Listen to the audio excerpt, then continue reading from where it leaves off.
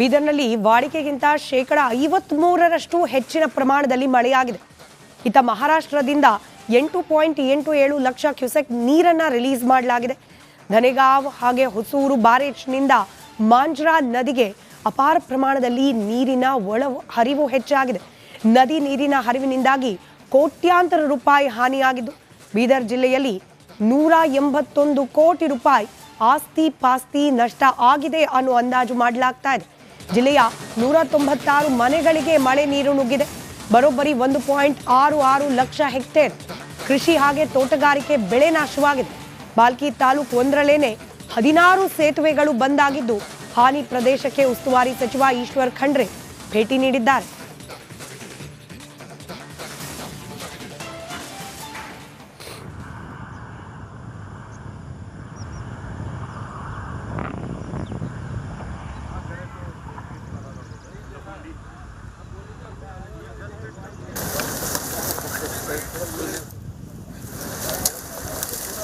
तीन दिन पानी यहाँ से फ्लो हो गया था, ब्रिज के ऊपर खुला था,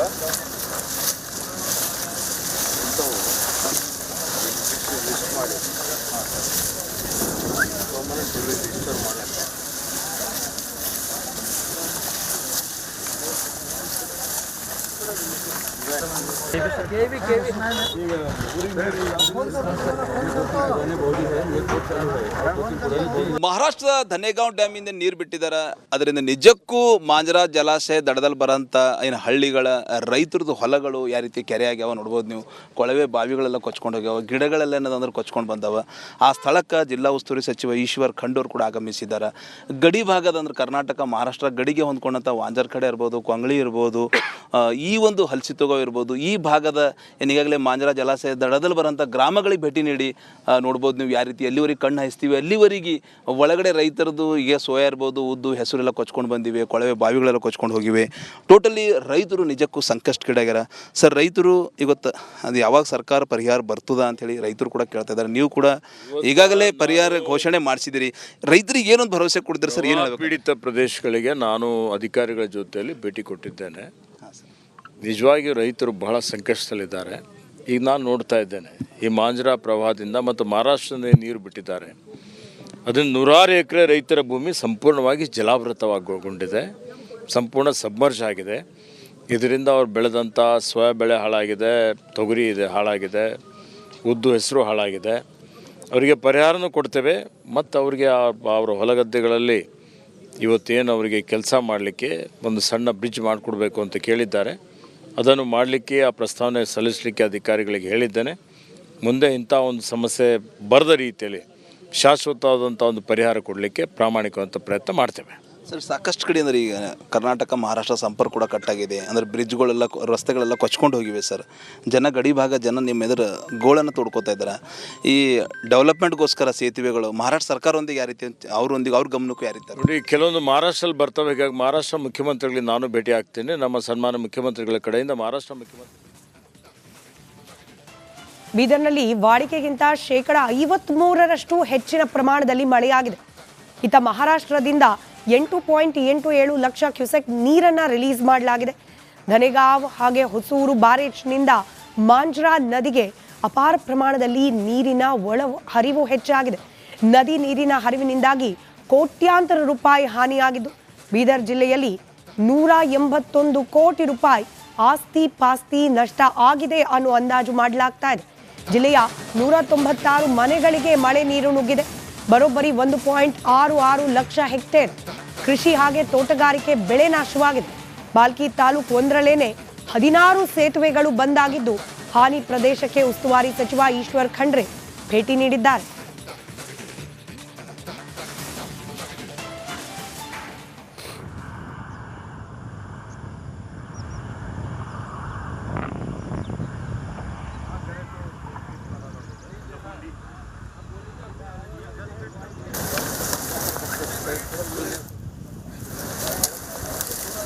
तीन दिन पानी यहाँ से फ्लो हो गया था, ब्रिज के ऊपर खुला था,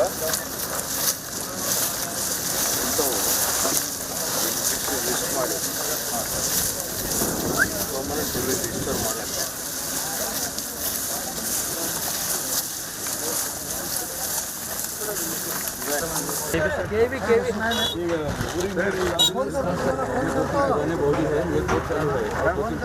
ಮಹಾರಾಷ್ಟ್ರದ ಧನೇಗಾಂವ್ ಡ್ಯಾಮಿಂದ ನೀರು ಬಿಟ್ಟಿದ್ದಾರೆ. ಅದರಿಂದ ನಿಜಕ್ಕೂ ಮಾಂಜರಾ ಜಲಾಶಯ ದಡದಲ್ಲಿ ಬರೋಂಥ ಏನು ಹಳ್ಳಿಗಳ ರೈತರದ್ದು ಹೊಲಗಳು ಯಾವ ರೀತಿ ಕೆರೆ ಆಗ್ಯಾವ ನೋಡ್ಬೋದು ನೀವು. ಕೊಳವೆ ಬಾವಿಗಳೆಲ್ಲ ಕೊಚ್ಕೊಂಡು ಹೋಗ್ಯಾವ, ಗಿಡಗಳೆಲ್ಲ ಏನದಂದ್ರೆ ಕೊಚ್ಕೊಂಡು ಬಂದವ. ಆ ಸ್ಥಳಕ್ಕೆ ಜಿಲ್ಲಾ ಉಸ್ತುವಾರಿ ಸಚಿವ ಈಶ್ವರ್ ಖಂಡೂರು ಕೂಡ ಆಗಮಿಸಿದ್ದಾರೆ. ಗಡಿ ಭಾಗದ ಅಂದ್ರೆ ಕರ್ನಾಟಕ ಮಹಾರಾಷ್ಟ್ರ ಗಡಿಗೆ ಹೊಂದ್ಕೊಂಡಂಥ ವಾಂಜರ್ ಕಡೆ ಇರ್ಬೋದು, ಕೊಂಗಳಿ ಇರ್ಬೋದು, ಈ ಒಂದು ಹಲಸಿತೋಗಾವ್ ಇರ್ಬೋದು, ಈ ಭಾಗದ ಏನಿಗಾಗಲೇ ಮಾಂಜರಾ ಜಲಾಶಯ ದಡದಲ್ಲಿ ಬರೋಂಥ ಗ್ರಾಮಗಳಿಗೆ ಭೇಟಿ ನೀಡಿ ನೋಡ್ಬೋದು ನೀವು ಯಾವ ರೀತಿ ಎಲ್ಲಿವರೆಗೆ ಕಣ್ಣು ಹಾಯಿಸ್ತೀವಿ ಅಲ್ಲಿವರೆಗೆ ಒಳಗಡೆ ರೈತರದ್ದು ಈಗ ಸೋಯಾ ಇರ್ಬೋದು, ಉದ್ದು, ಹೆಸರೆಲ್ಲ ಕೊಚ್ಕೊಂಡು ಬಂದಿವೆ, ಕೊಳವೆ ಬಾವಿಗಳೆಲ್ಲ ಕೊಚ್ಕೊಂಡು ಹೋಗಿವೆ. ಟೋಟಲಿ ರೈತರು ನಿಜಕ್ಕೂ ಸಂಕಷ್ಟಕ್ಕೀಡಾಗ್ಯಾರ. ಸರ್, ರೈತರು ಇವತ್ತು ಅದು ಯಾವಾಗ ಸರ್ಕಾರ ಪರಿಹಾರ ಬರ್ತದ ಅಂಥೇಳಿ ರೈತರು ಕೂಡ ಕೇಳ್ತಾ ಇದ್ದಾರೆ. ನೀವು ಕೂಡ ಈಗಾಗಲೇ ಪರಿಹಾರ ಘೋಷಣೆ ಮಾಡಿಸಿದಿರಿ. ರೈತರಿಗೆ ಏನೊಂದು ಭರವಸೆ ಕೊಡ್ತೀರಿ ಸರ್? ಏನು ಪೀಡಿತ ಪ್ರದೇಶಗಳಿಗೆ ನಾನು ಅಧಿಕಾರಿಗಳ ಜೊತೆಯಲ್ಲಿ ಭೇಟಿ ಕೊಟ್ಟಿದ್ದೇನೆ. ನಿಜವಾಗಿಯೂ ರೈತರು ಬಹಳ ಸಂಕಷ್ಟದಲ್ಲಿದ್ದಾರೆ. ಈಗ ನಾನು ನೋಡ್ತಾ ಇದ್ದೇನೆ, ಈ ಮಾಂಜರಾ ಪ್ರವಾಹದಿಂದ ಮತ್ತು ಮಹಾರಾಷ್ಟ್ರದಿಂದ ನೀರು ಬಿಟ್ಟಿದ್ದಾರೆ. ಅದನ್ನು 100 ಎಕರೆ ರೈತರ ಭೂಮಿ ಸಂಪೂರ್ಣವಾಗಿ ಜಲಾವೃತವಾಗಿಕೊಂಡಿದೆ, ಸಂಪೂರ್ಣ ಸಬ್ಮರ್ಜ್ ಆಗಿದೆ. ಇದರಿಂದ ಅವ್ರು ಬೆಳೆದಂಥ ಸೋಯಾ ಬೆಳೆ ಹಾಳಾಗಿದೆ, ತೊಗರಿ ಇದೆ ಹಾಳಾಗಿದೆ, ಉದ್ದು, ಹೆಸರು ಹಾಳಾಗಿದೆ. ಅವರಿಗೆ ಪರಿಹಾರನೂ ಕೊಡ್ತೇವೆ ಮತ್ತು ಅವರಿಗೆ ಅವರ ಹೊಲಗದ್ದೆಗಳಲ್ಲಿ ಇವತ್ತೇನು ಅವರಿಗೆ ಕೆಲಸ ಮಾಡಲಿಕ್ಕೆ ಒಂದು ಸಣ್ಣ ಬ್ರಿಡ್ಜ್ ಮಾಡಿಕೊಡ್ಬೇಕು ಅಂತ ಕೇಳಿದ್ದಾರೆ. ಅದನ್ನು ಮಾಡಲಿಕ್ಕೆ ಆ ಪ್ರಸ್ತಾವನೆ ಸಲ್ಲಿಸಲಿಕ್ಕೆ ಅಧಿಕಾರಿಗಳಿಗೆ ಹೇಳಿದ್ದೇನೆ. ಮುಂದೆ ಇಂಥ ಒಂದು ಸಮಸ್ಯೆ ಬರದ ರೀತಿಯಲ್ಲಿ ಶಾಶ್ವತವಾದಂಥ ಒಂದು ಪರಿಹಾರ ಕೊಡಲಿಕ್ಕೆ ಪ್ರಾಮಾಣಿಕವಂತ ಪ್ರಯತ್ನ ಮಾಡ್ತೇವೆ. ಸರ್, ಸಾಕಷ್ಟು ಕಡೆ ಅಂದ್ರೆ ಈಗ ಕರ್ನಾಟಕ ಮಹಾರಾಷ್ಟ್ರ ಸಂಪರ್ಕ ಕೂಡ ಕಟ್ಟಾಗಿದೆ. ಅಂದರೆ ಬ್ರಿಡ್ಜ್ಗಳೆಲ್ಲ ರಸ್ತೆಗಳೆಲ್ಲ ಕೊಚ್ಕೊಂಡು ಹೋಗಿವೆ ಸರ್. ಗಡಿ ಭಾಗ ಜನ ನಿಮ್ಮ ಎದುರು ಗೋಳನ್ನು ತೋಡ್ಕೋತಾ ಇದ್ದಾರೆ. ಈ ಡೆವಲಪ್ಮೆಂಟ್ಗೋಸ್ಕರ ಸೇತುವೆಗಳು ಮಹಾರಾಷ್ಟ್ರ ಸರ್ಕಾರದೊಂದಿಗೆ ಯಾವ ರೀತಿ ಅವ್ರ ಗಮನಕ್ಕೂ ಯಾವ ರೀತಿ? ನೋಡಿ, ಕೆಲವೊಂದು ಮಹಾರಾಷ್ಟ್ರಲ್ಲಿ ಬರ್ತವೆ. ಹೀಗಾಗಿ ಮಹಾರಾಷ್ಟ್ರ ಮುಖ್ಯಮಂತ್ರಿಗಳಿಗೆ ನಾನು ಭೇಟಿ ಆಗ್ತೇನೆ. ನಮ್ಮ ಸನ್ಮಾನ್ಯ ಮುಖ್ಯಮಂತ್ರಿಗಳ ಕಡೆಯಿಂದ ಮಹಾರಾಷ್ಟ್ರ ಮುಖ್ಯಮಂತ್ರಿ ಬೀದರ್ನಲ್ಲಿ ವಾಡಿಕೆಗಿಂತ 53% ಹೆಚ್ಚಿನ ಪ್ರಮಾಣದಲ್ಲಿ ಮಳೆಯಾಗಿದೆ. ಇತ್ತ ಮಹಾರಾಷ್ಟ್ರದಿಂದ 8.87 ಲಕ್ಷ ಕ್ಯೂಸೆಕ್ ನೀರನ್ನು ರಿಲೀಸ್ ಮಾಡಲಾಗಿದೆ. ಧನೆಗಾಂವ್ ಹಾಗೆ ಹೊಸೂರು ಬ್ಯಾರೇಜ್ನಿಂದ ಮಾಂಜ್ರಾ ನದಿಗೆ ಅಪಾರ ಪ್ರಮಾಣದಲ್ಲಿ ನೀರಿನ ಹರಿವು ಹೆಚ್ಚಾಗಿದೆ. ನದಿ ನೀರಿನ ಹರಿವಿನಿಂದಾಗಿ ಕೋಟ್ಯಾಂತರ ರೂಪಾಯಿ ಹಾನಿಯಾಗಿದ್ದು, ಬೀದರ್ ಜಿಲ್ಲೆಯಲ್ಲಿ 181 ಕೋಟಿ ರೂಪಾಯಿ ಆಸ್ತಿ ಪಾಸ್ತಿ ನಷ್ಟ ಆಗಿದೆ ಅನ್ನೋ ಅಂದಾಜು ಮಾಡಲಾಗ್ತಾ ಇದೆ. ಜಿಲ್ಲೆಯ 196 ಮನೆಗಳಿಗೆ ಮಳೆ ನೀರು ನುಗ್ಗಿದೆ. ಬರೋಬ್ಬರಿ 1.66 ಲಕ್ಷ ಹೆಕ್ಟೇರ್ ಕೃಷಿ ಹಾಗೆ ತೋಟಗಾರಿಕೆ ಬೆಳೆ ನಾಶವಾಗಿದೆ. ಬಾಲ್ಕಿ ತಾಲೂಕು ಒಂದರಲ್ಲೇನೆ 16 ಸೇತುವೆಗಳು ಬಂದಾಗಿದ್ದು, ಹಾನಿ ಪ್ರದೇಶಕ್ಕೆ ಉಸ್ತುವಾರಿ ಸಚಿವ ಈಶ್ವರ್ ಖಂಡ್ರೆ ಭೇಟಿ ನೀಡಿದ್ದಾರೆ.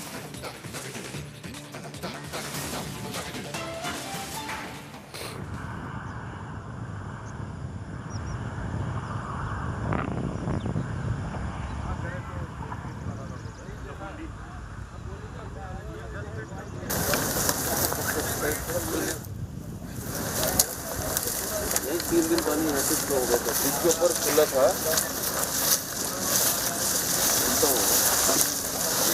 लिस्ट ಮಾಡಿ ರಿಜಿಸ್ಟರ್ ಮಾಡಿ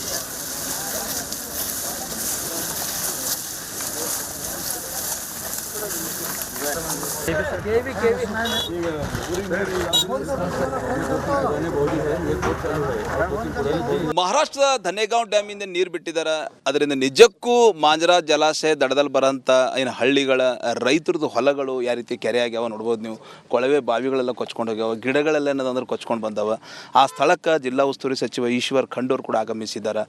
ಗಡಿ ಭಾಗದ ಅಂದ್ರೆ ಕರ್ನಾಟಕ ಮಹಾರಾಷ್ಟ್ರ ಗಡಿಗೆ ಹೊಂದ್ಕೊಂಡಂಥ ವಾಂಜರ್ ಕಡೆ ಇರ್ಬೋದು, ಕೊಂಗಳಿ ಇರ್ಬೋದು, ಈ ಒಂದು ಹಲಸಿತೋಗಾವ್ ಇರ್ಬೋದು, ಈ ಭಾಗದ ಏನಿಗಾಗಲೇ ಮಾಂಜರಾ ಜಲಾಶಯ ದಡದಲ್ಲಿ ಬರೋಂಥ ಗ್ರಾಮಗಳಿಗೆ ಭೇಟಿ ನೀಡಿ ನೋಡ್ಬೋದು ನೀವು ಯಾವ ರೀತಿ ಎಲ್ಲಿವರೆಗೆ ಕಣ್ಣು ಹಾಯಿಸ್ತೀವಿ ಅಲ್ಲಿವರೆಗೆ ಒಳಗಡೆ ರೈತರದ್ದು ಈಗ ಸೋಯಾ ಇರ್ಬೋದು, ಉದ್ದು, ಹೆಸರೆಲ್ಲ ಕೊಚ್ಕೊಂಡು ಬಂದಿವೆ, ಕೊಳವೆ ಬಾವಿಗಳೆಲ್ಲ ಕೊಚ್ಕೊಂಡು ಹೋಗಿವೆ.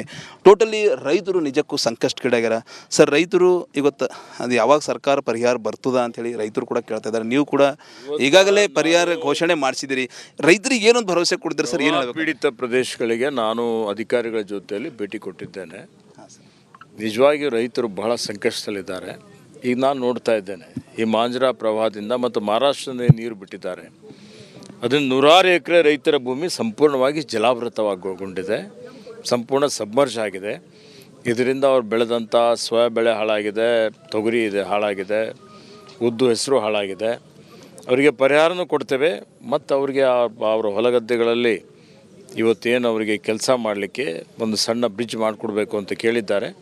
ಅದನ್ನು ಮಾಡಲಿಕ್ಕೆ ಆ ಪ್ರಸ್ತಾವನೆ ಸಲ್ಲಿಸಲಿಕ್ಕೆ ಅಧಿಕಾರಿಗಳಿಗೆ ಹೇಳಿದ್ದೇನೆ. ಮುಂದೆ ಇಂಥ ಒಂದು ಸಮಸ್ಯೆ ಬರದ ರೀತಿಯಲ್ಲಿ ಶಾಶ್ವತವಾದಂಥ ಒಂದು ಪರಿಹಾರ ಕೊಡಲಿಕ್ಕೆ ಪ್ರಾಮಾಣಿಕವಾದಂಥ ಪ್ರಯತ್ನ ಮಾಡ್ತೇವೆ.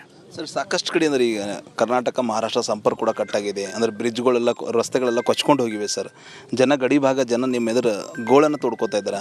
ಈ ಡೆವಲಪ್ಮೆಂಟ್ಗೋಸ್ಕರ ಸೇತುವೆಗಳು ಮಹಾರಾಷ್ಟ್ರ ಸರ್ಕಾರದೊಂದಿಗೆ ಯಾವ ರೀತಿ ಅವ್ರ ಗಮನಕ್ಕೂ ಯಾವ ರೀತಿ? ನೋಡಿ, ಕೆಲವೊಂದು ಮಹಾರಾಷ್ಟ್ರಲ್ಲಿ ಬರ್ತವೆ. ಹೀಗಾಗಿ ಮಹಾರಾಷ್ಟ್ರ ಮುಖ್ಯಮಂತ್ರಿಗಳಿಗೆ ನಾನು ಭೇಟಿ ಆಗ್ತೀನಿ. ನಮ್ಮ ಸನ್ಮಾನ ಮುಖ್ಯಮಂತ್ರಿಗಳ ಕಡೆಯಿಂದ ಮಹಾರಾಷ್ಟ್ರ ಮುಖ್ಯಮಂತ್ರಿ